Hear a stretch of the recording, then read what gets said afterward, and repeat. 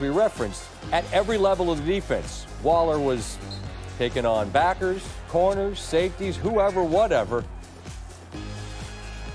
Carr, understandably looking for him.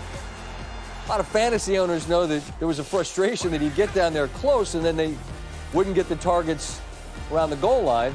There's an example right there. Alec Ingold, the Badger from Wisconsin. Fantasy people got to relax, Scott. I agree with that. But I'm really talking about you. I understand, and that's a reasonable thing to say. Here's Waller. 5 first-half catches, 54 yards in the first half, game tied at 17. You have him on one of your teams, Steve? All of them. I told every single person I knew, take him. Right, and that's why you were cheering wildly every time he caught the ball, so you can save it.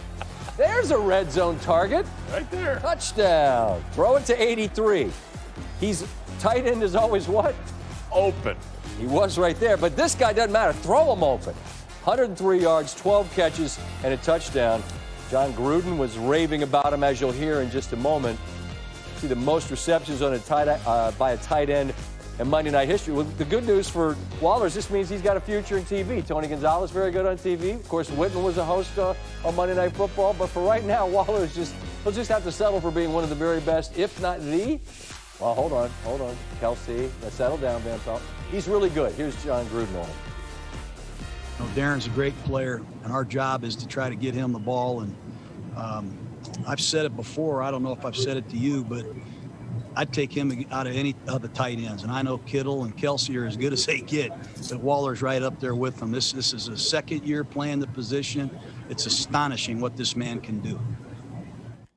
Ryan Clark joins us, and I'm about to break every rule of TV. I'm not even asking a question. I'm just going to say Darren Waller. You can say whatever you want, Ryan.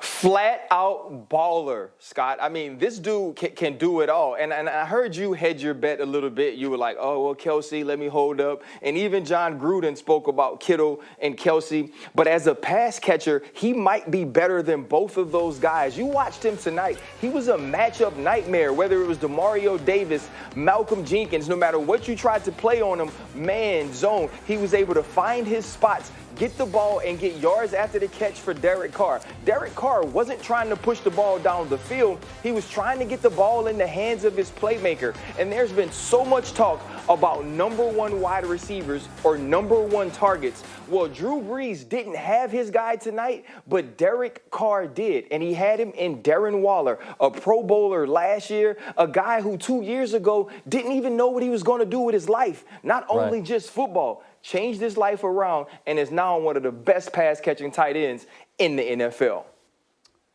Ryan, you mentioned Brees, and you tweeted during the game, certainly has not looked very all-time great this year. And as you say, and you're right, every time I catch a glimpse of myself in one of these monitors, Father Time has the best record of them all. Saints fans obviously are going to enjoy this last bit they've got with Brees, but right now, and Lewis and Brian Greasy alluded to it, what's it look like to you?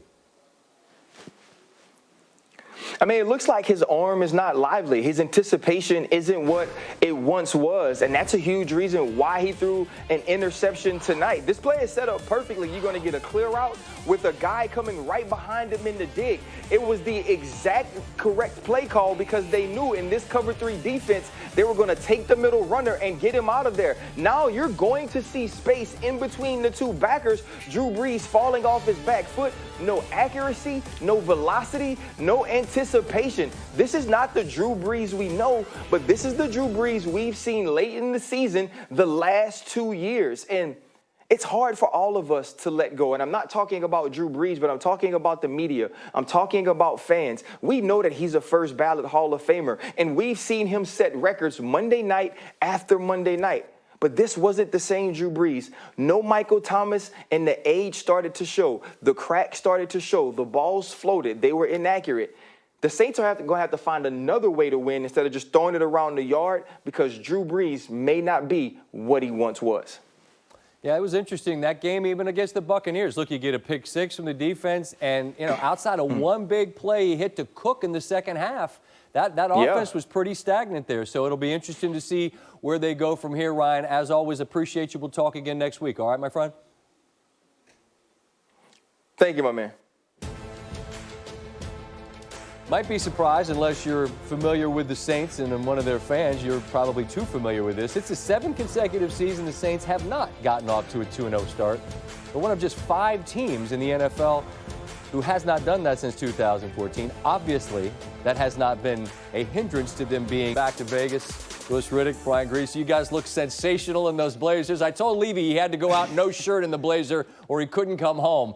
I'm curious about how you'd assess the Raiders, a team that was incredibly efficient offensively. They were the least penalized team in this game. It's a bit of a departure. They get over that 2-0 hurdle. Grease, I'll start with you. Just the significance of how they performed to get this win. Well, you got to put it into perspective. The last 2 years since John Gruden came back to coach these Raiders, they have not been good offensively. They have struggled to score more than 20 points in either of those seasons on average. And now, through 2 weeks of this young season, they've scored 34 points both games, and it's been a combination on the ground with Josh Jacobs. We know that Gruden likes a bell cow back. He wants to feed him, meat and potatoes kind of guy. And then you feature Darren Waller, who I think is one of the best tight ends, top 2 or 3 in the NFL. That's been the recipe for them. If they can continue to do this, Scotty, this offense is going to continue to get better. Louis, can they continue to do this? Is this a sustainable recipe week in, week out?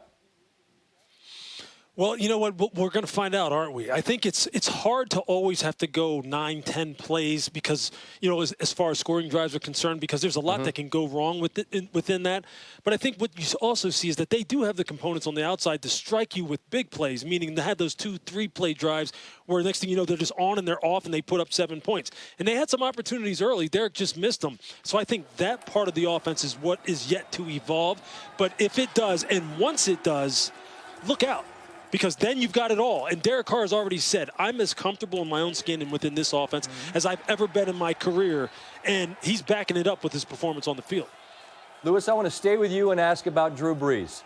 Through 2 games, he's averaged less than 5 yards through the air downfield. As you see him, I guess I'm curious, is it what you see or what you don't see from Brees that you find most noteworthy? Well, I think a little bit of it is, it's a little bit of both, but what you do see is someone who right now just doesn't look comfortable. His accuracy and ball placement is not as surgical as it typically is.